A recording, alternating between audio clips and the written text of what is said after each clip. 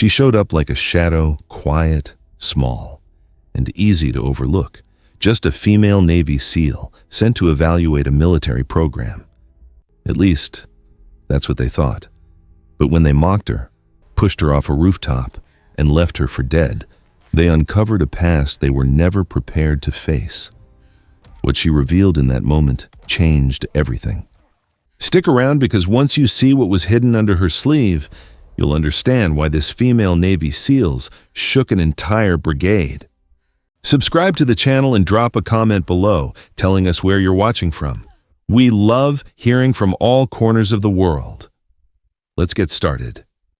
The morning mist wrapped around Granite Bluff Training Post like a secret. You could taste iron in the air, the kind of dampness that clings to bone. By dawn, the red dirt had already started to rise in clouds, coating boots, skin, and memory. Lieutenant Reagan Marks stood motionless on the field, her 5'6" frame barely a silhouette in the low amber light. 35 years old and carved by war, she moved with the silence of someone who had spent too long listening for the sound of death. Every breath she took, every blink was calibrated, measured, intimidating in its calm. Her face told two stories. The left was untouched sharp features, unreadable eyes. The right a faint white scar traced from her hairline through her eyebrow and vanished into the tight bun beneath her patrol cap. She never covered it, never explained it. When people stared, she let them. From his office, Colonel Mason Duval watched her through the glass. He'd read her file. What wasn't blacked out was enough to make most soldiers sit up straighter. 4 deployments, 2 wars, and at least 1 operation that officially never happened. And now, she was here to evaluate them. The first time Reagan Marks understood what death truly looked like. She was 7 years old. Her father, Senior Chief Petty Officer Julian Marks, came home from his 3rd deployment with only 1 leg and eyes that never focused quite the same again. He didn't complain, didn't explain. He just adjusted. His prosthetic clicked on the hardwood every morning at 04:30, the same hour he'd wake her for PT, as if his body hadn't been altered by war, only recalibrated. He trained her like she was a soldier, not a child.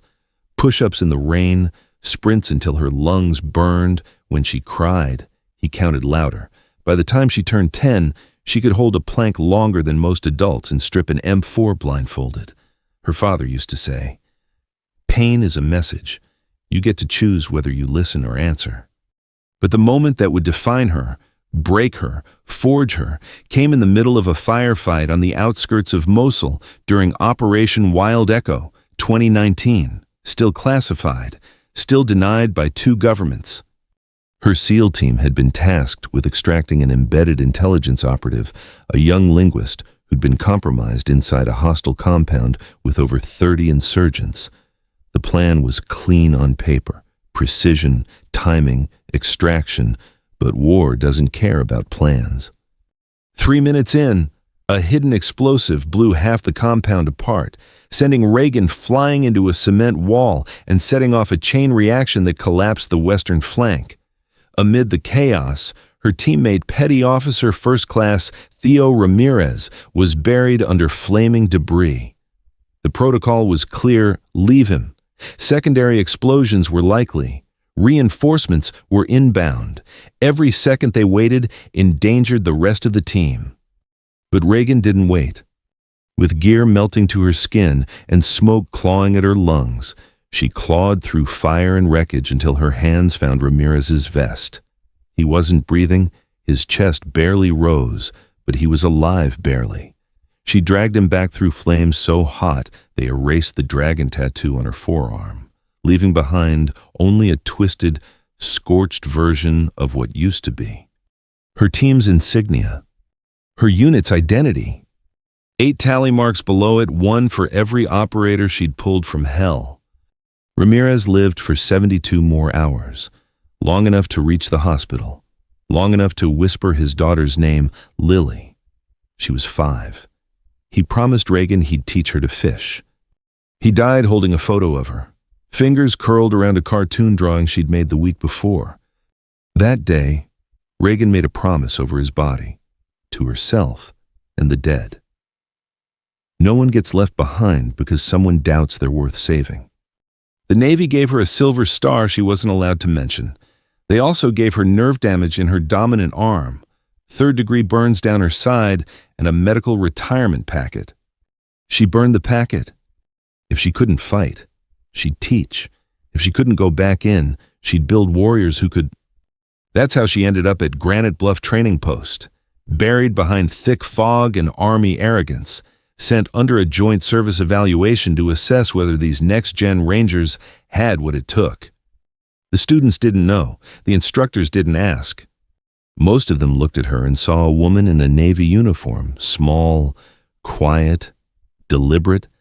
They whispered that she was here for optics, a quota filler, a political move. She let them think it. Because truth is a weapon, and weapons are most effective when they're concealed. And then there was Staff Sergeant Brooks Jensen, 6'2", all muscle and tradition. He'd been a Ranger for 6 years and believed the tab was earned through blood, not seminars. When he saw Reagan's name on the rotation list, he laughed, told his squad the Navy was sending them a librarian in camouflage. By the end of the week, whispers turned to jokes. Jokes turned to murmurs of resistance. Jensen made sure the rumors spread, made sure the students doubted her, made sure the fire was lit. Reagan didn't say a word. But the storm was coming. And they had no idea that the quiet woman in the shadow of their barracks had once walked through fire carrying a man who weighed more than any of them and still came out breathing. It started with a smirk. Staff Sergeant Brooks Jensen stood at the center of the combatives mat, barking orders to a group of sweaty, exhausted Ranger candidates. He moved like a man who believed the ground owed him stability. Power pulsed from every motion, a practiced kind of arrogance. The moment Lieutenant Reagan Marks stepped into the training bay, everything shifted. The whispers didn't stop. They multiplied. Jensen turned to see her at the edge of the mat, hands behind her back, expression unreadable. Well, he said loud enough for everyone to hear. If it isn't the Navy's contribution to gender equity, you here to show us some underwater Tai Chi? A few students chuckled. One even muttered, must be a diversity observer. Jensen motioned to her. Lieutenant Marks, care to join us? We'd be honored to learn the Navy's version of hand-to-hand. His tone was syrupy, but the challenge was razor-sharp. Reagan stepped forward without a word, unfastened her cover, and handed it to a stunned student. Slowly, she removed her jacket. Underneath, her right sleeve remained rolled down, always covering the scarred tattoo. Jensen smiled like a wolf about to corner prey. Pick your best takedown, she said calmly. He didn't hesitate. He lunged, expecting resistance, maybe a scramble, maybe a pathetic counter. What he didn't expect was to be flying through the air. Reagan moved with devastating precision. She sidestepped, redirected his weight with a fluid shift of her hips, and slammed him onto the mat. The air exploded from his lungs. Before he could react, her knee was at his ribs, and her arm coiled around his neck in a textbook carotid restraint, just long enough for the color to drain from his face. 2 seconds, that's all it took. She released him and stood without fanfare. Silence blanketed the room, broken only by Jensen's gasps for air. Master Sergeant Elena Harlow, the safety observer on duty, nodded once. Clean technique, she said. Controlled pressure, no injury. But the real injury wasn't physical, it was ego, and it bled fast. The next day, the whispers turned darker. Jensen didn't lash out publicly. That wasn't his style anymore. He played a longer game, psychological warfare, subtle sabotage. Suddenly, Reagan's compass was reversed before land navigation drills. Her schedule was accidentally changed to conflict with key assessments. Rooms fell silent when she entered. Jokes stopped. Eyes rolled. And she noticed all of it. But she never complained. She just watched. Until one student broke rank. Cadet Madison Grant, one of only a dozen women in the entire cycle, approached her after a night exercise. Dirt smeared across her cheek, flashlight low, voice barely above a whisper.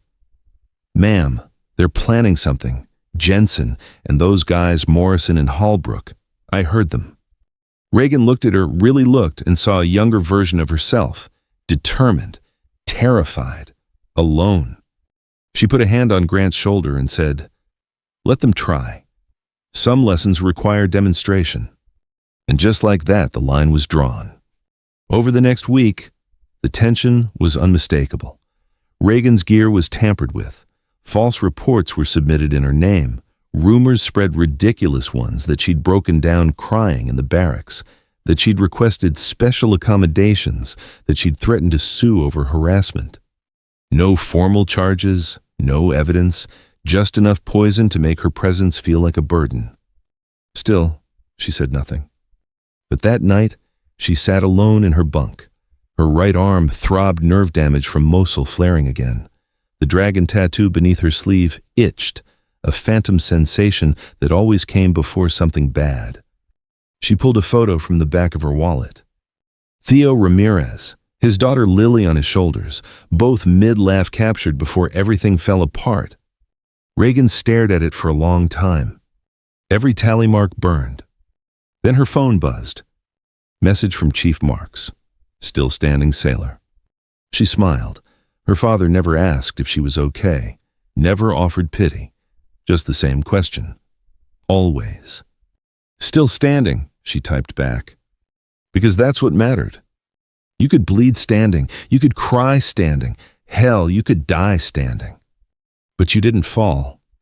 They waited for her at the top of the watchtower.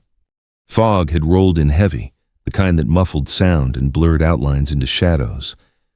Checkpoint 7, the final waypoint on the night navigation course, sat 4 stories above the tree line, a steel platform surrounded by silence and darkness. Perfect for what they had planned. Lieutenant Reagan Marks reached the rooftop just past 0200. She moved alone, wearing her full loadout, sweat soaking through her undershirt. She was supposed to be observing from a distance, silently grading performance, but they had other plans. Staff Sergeant Brooks Jensen blocked the stairwell. Behind him stood Morrison, Halbrook, and Sykes, all Ranger candidates hand-picked for size, loyalty, and the ability to follow orders without thinking too hard. "Ma'am," Jensen said, voice almost polite, "we need to speak, privately." Reagan's eyes scanned the rooftop. One way in, one way out, 4 men, 40-foot drop on 3 sides. Her pulse didn't spike. She'd been in worse spots with fewer options. She didn't move. Jensen took a step closer. "Your evaluations have been disruptive. Rangers are forged by tradition. Your presence undermines that." The others closed in. Morrison flanked left. Halbrook drifted right. Sykes lingered by the door, textbook encirclement. Reagan's fingers flexed at her sides. "I'm giving you one chance to stand down," she said evenly. Jensen scoffed. "Or what you'll report as cry about being cornered by the big bad Rangers." The first shove came from Morrison, light, testing. She didn't react. The second came from Halbrook, harder, meant to provoke. Still nothing. Then Jensen grabbed her right arm. His fingers sank into the scarred flesh beneath her sleeve, right where the burns had fused to the old ink of her dragon tattoo. Pain detonated behind her eyes. What happened next wasn't strategy. It wasn't even conscious. It was instinct. Morrison was first. A palm strike to the sternum folded him in half. He dropped gasping. Halbrook tried to grab her from behind. She drove her elbow into his ribs, heard the crunch, spun and kicked upward. His head snapped back, and he dropped, unconscious before he hit the steel. Sykes hesitated, then charged. Wrong move. She sidestepped, let his weight carry him forward, then guided his momentum straight into the retaining wall. He crumpled, groaning. Only Jensen remained. He was heavier, stronger, but not faster. They grappled near the ledge. His boots skidded on sweat-slick steel as he tried to push her off. She let him believe he was winning, let him commit. Then, just like in the mat room, she used his momentum against him. But this time, they both went over. Reagan caught the edge with her left hand. The strain lit her shoulder on fire. Her right arm was dead weight, useless. Below her, Jensen clung to her leg, face pale with panic. "Pull us up," he screamed to Morrison and Sykes above. But they just stared, frozen, because now, for the first time, they saw what was hidden.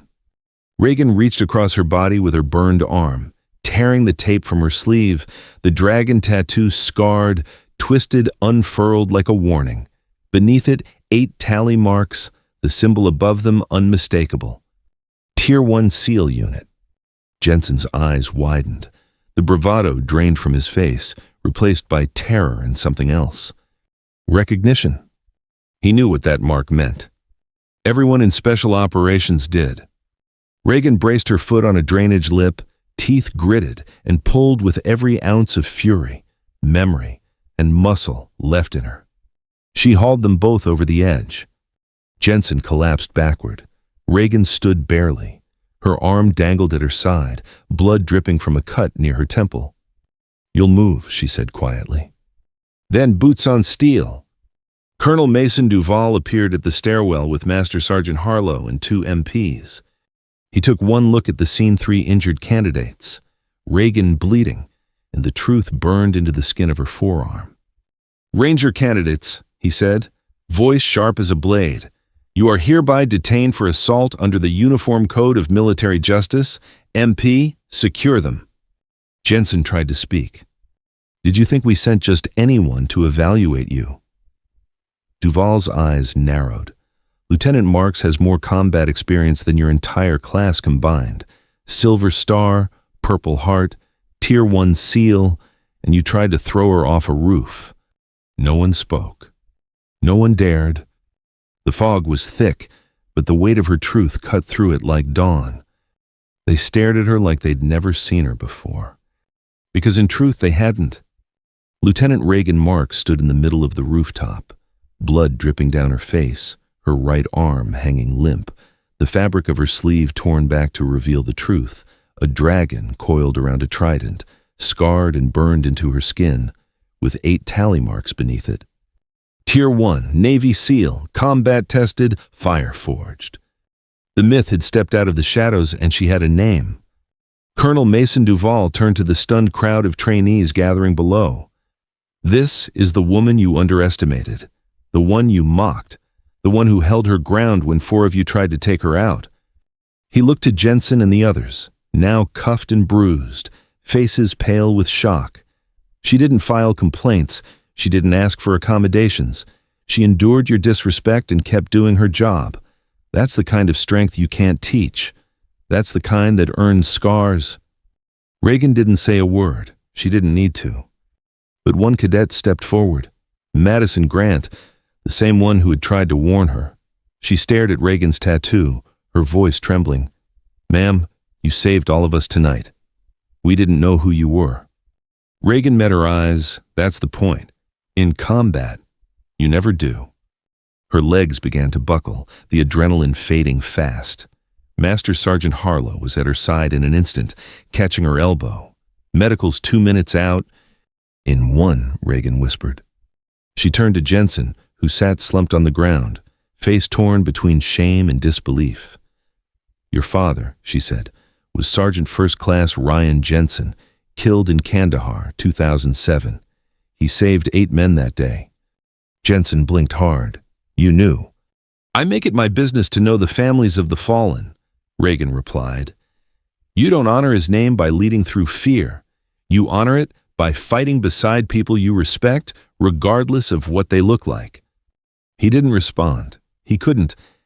Then she turned, took a step toward the stairwell, and paused. "One more thing." Her voice carried now, cutting through the cold morning air. "Emma Ramirez is 12 years old now. Her father, Petty Officer First Class Theo Ramirez, died in my arms after I pulled him out of a burning building in Mosul. He was number 8. She looked down at her forearm, at the tally marks, each one a promise kept. "There is no number 9, she said softly, "because my war ended, but yours is just beginning. And if you want to lead, start by learning what strength really looks like." That was the last thing she said before the medics arrived. 6 weeks later, Granite Bluff looked different. The rooftop ambush had set off a chain reaction. Jensen was court-martialed, accepted a plea deal, and was discharged with a reduced rank. Morrison and Halbrook received Article 15s and were reassigned. Sykes, who cooperated fully with the investigation, remained under probation. But the biggest change wasn't administrative. It was cultural. Reagan's full evaluation report was sent to Naval Special Warfare Command, and every one of her recommendations was implemented across the training program.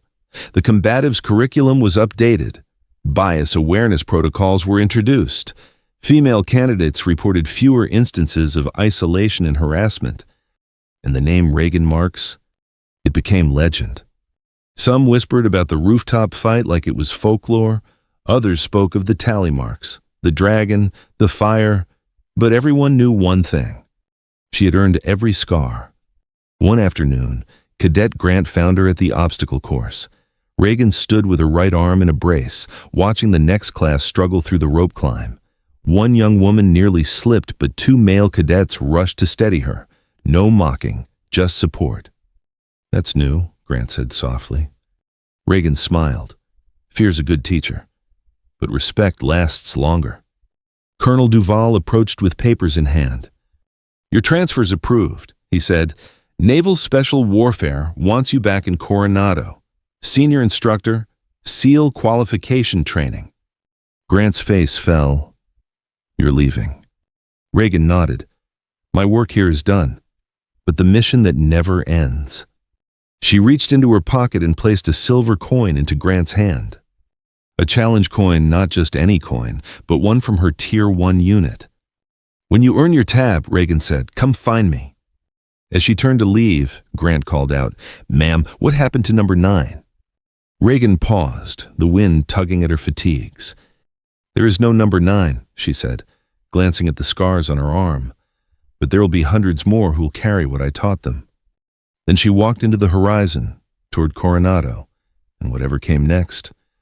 The sound of waves hitting the shore at Coronado was steady like breath, in, out, constant, familiar. Lieutenant Reagan Marks sat on the edge of the SEAL training platform, her right arm wrapped in a reinforced brace, the scars beneath still angry from surgery. It had taken surgeons nearly 6 hours to stabilize the nerve clusters damaged in both Mosul and the rooftop fall. They told her she was one bad hit away from permanent paralysis. She'd nodded and signed the rehab papers anyway. She wasn't done yet. Not until she passed on what had been poured into her. Her transfer back to Naval Special Warfare wasn't just a formality, it was a resurrection. She was no longer an operator, no longer boots on the ground. But now, she was something just as important, a teacher of the next generation. The new Buds class stood at parade rest behind her, soaked, sunburnt, and trembling.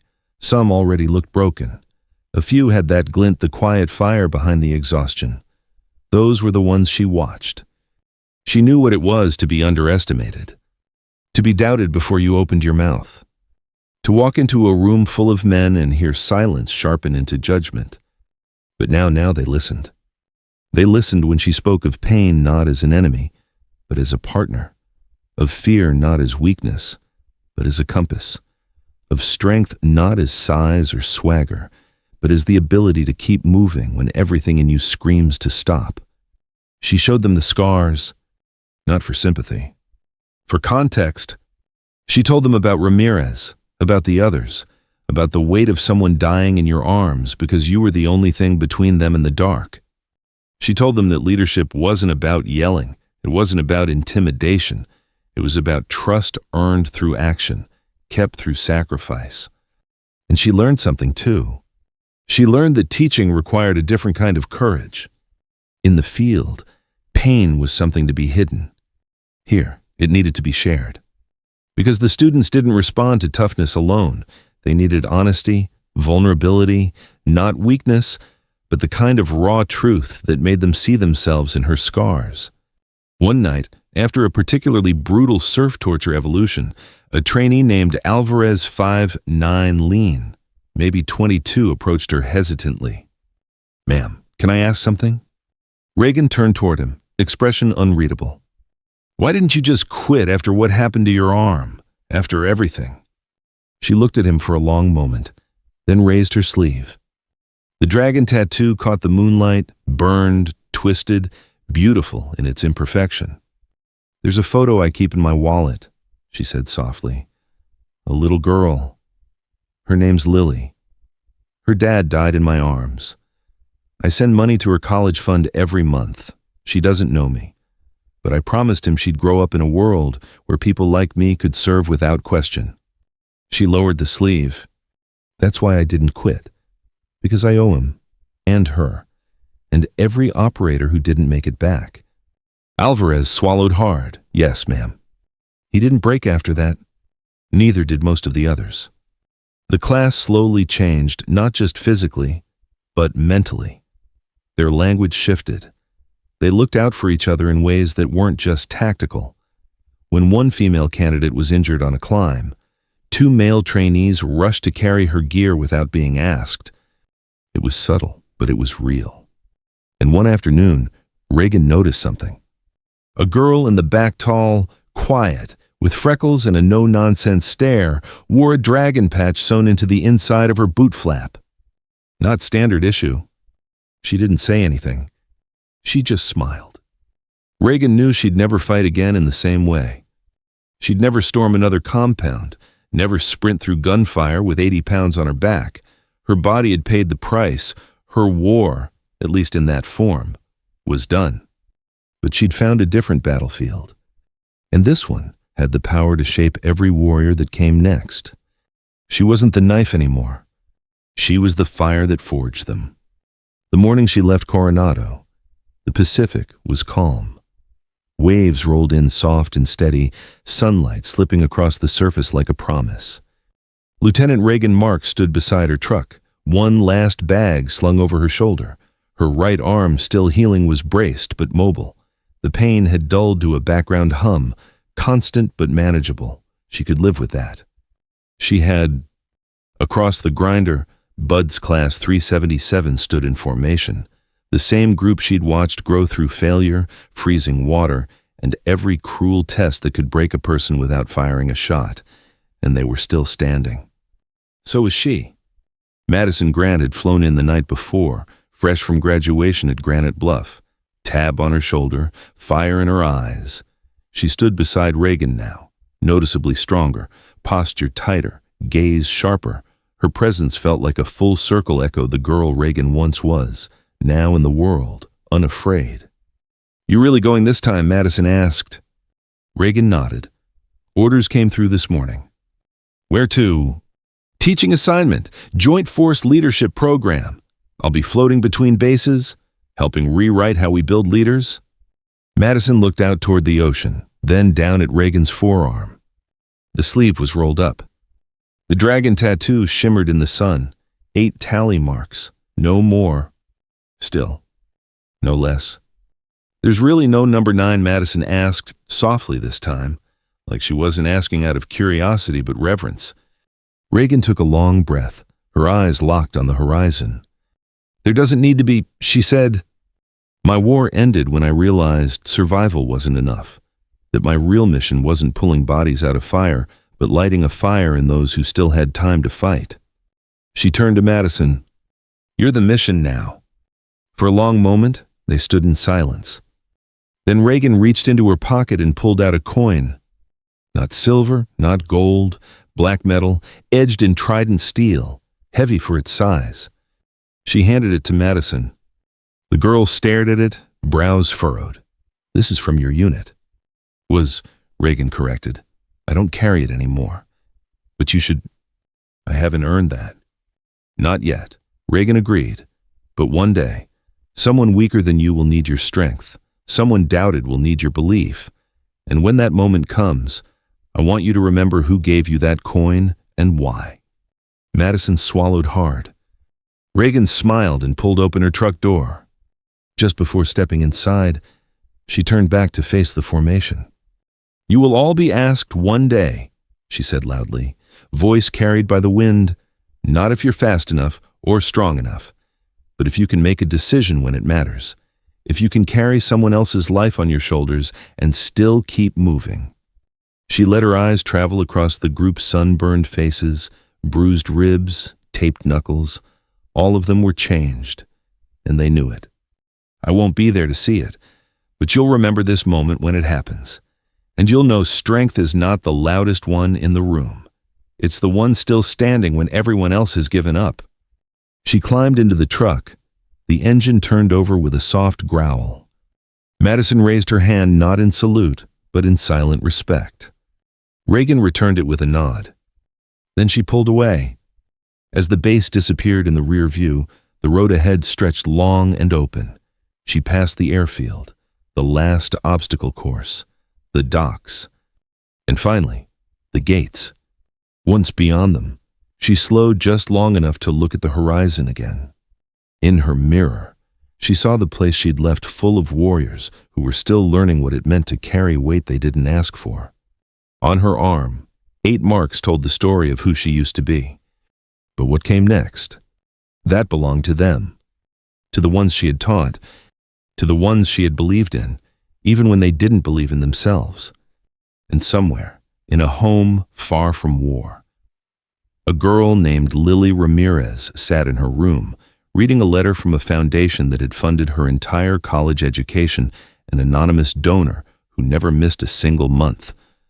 Because Reagan never broke a promise. Not in fire. Not in silence. Not in peace.